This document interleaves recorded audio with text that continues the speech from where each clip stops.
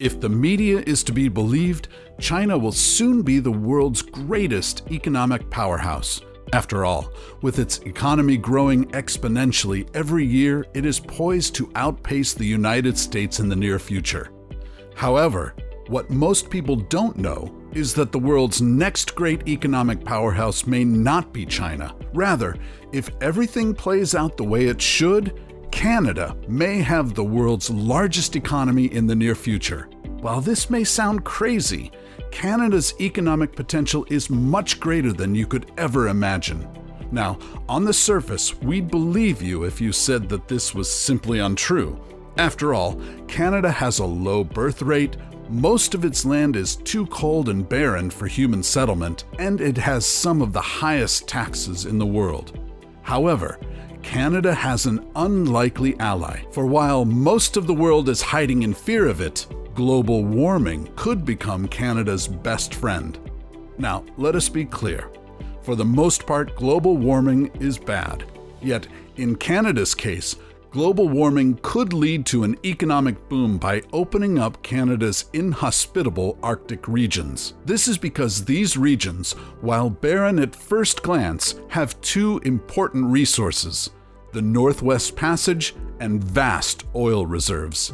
For those of you who are unaware, the Northwest Passage is a 900-kilometer route that weaves through Canada's northern islands, connecting the Atlantic Ocean with the Pacific. First traversed by Roald Amundsen in 1906, the passage was historically very treacherous due to the ice that covers it year-round.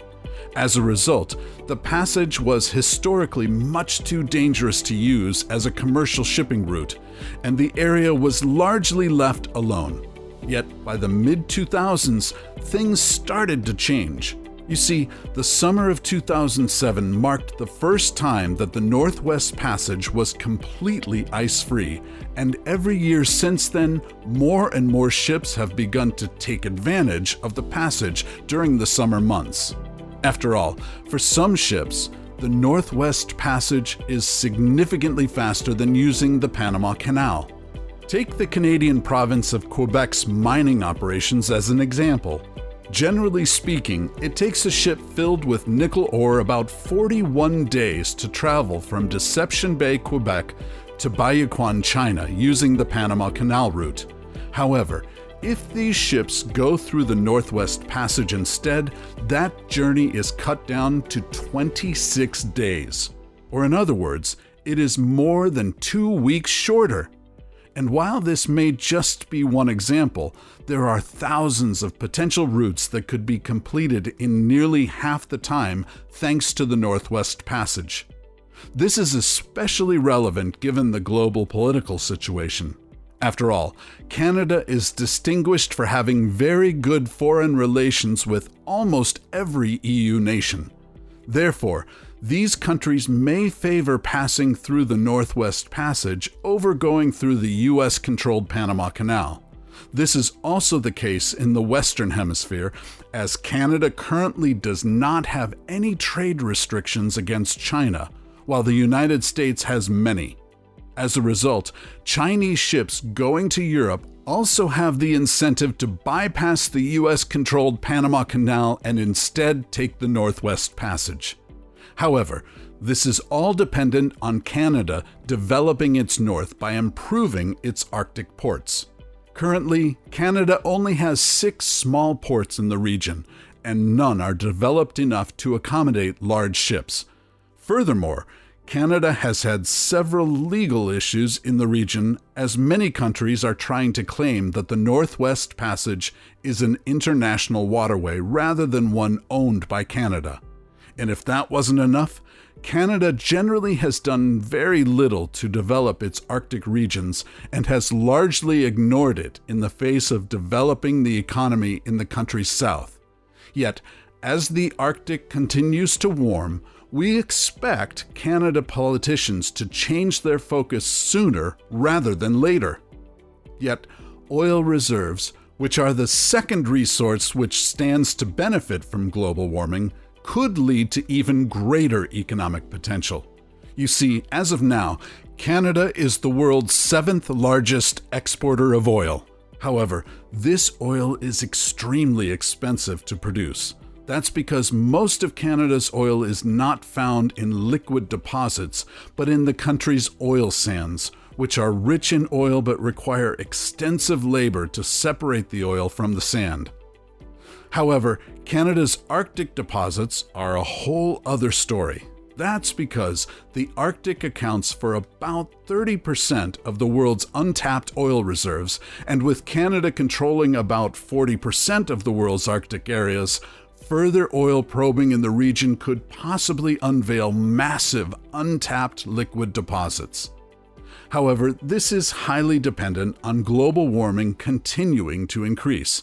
After all, the reason why virtually no oil companies work in the area currently is due to the extremely high cost of operation there. As of now, most roads are inaccessible, resources to create accommodations are scarce, and the winter season makes commerce in the area nearly impossible.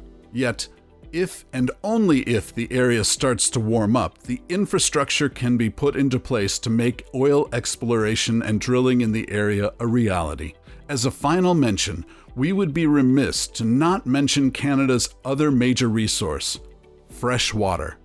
That's because, unbeknownst to many, Canada has one of the largest freshwater reserves in the world. As of now, it has about 20% of the world's total freshwater reserves and 7% of the world's renewable freshwater reserves. With most of its 2,902 cubic kilometers of renewable freshwater being located in the Great Lakes region, which is easily accessible for major water distributors. As a result, Canada has more than enough water to allow for exports worldwide, and in the future, this could lead to massive economic gains for the country. After all, as global warming continues to increase the world's temperature, we've seen many of the world's less fortunate countries become increasingly water-stressed. And be it South Africa's capital city of Cape Town nearly running out of water in 2017, to the major industrial powers of India, Saudi Arabia, and Qatar being ranked as some of the most water-stressed countries in the world in 2019, it is clear that these areas will soon have to get their water from elsewhere.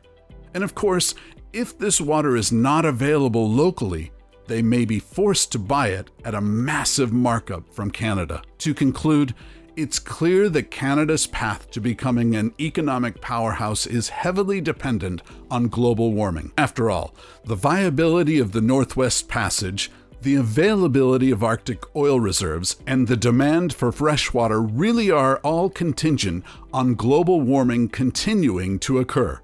However, if the Earth warms at the rate that environmentalists predict, then Canada is in a perfect position. For as long as they use this global warming as an opportunity to invest in areas such as the Arctic and freshwater exports, they can use this negative phenomenon to derive some serious economic gains. That's all we have for you today, everybody, and thank you all for watching. Let us know in the comments down below whether you think Canada will become the world's next economic powerhouse. And if you enjoyed this video, don't forget to like, subscribe, and hit that notifications bell so that you don't miss out on all of our latest content.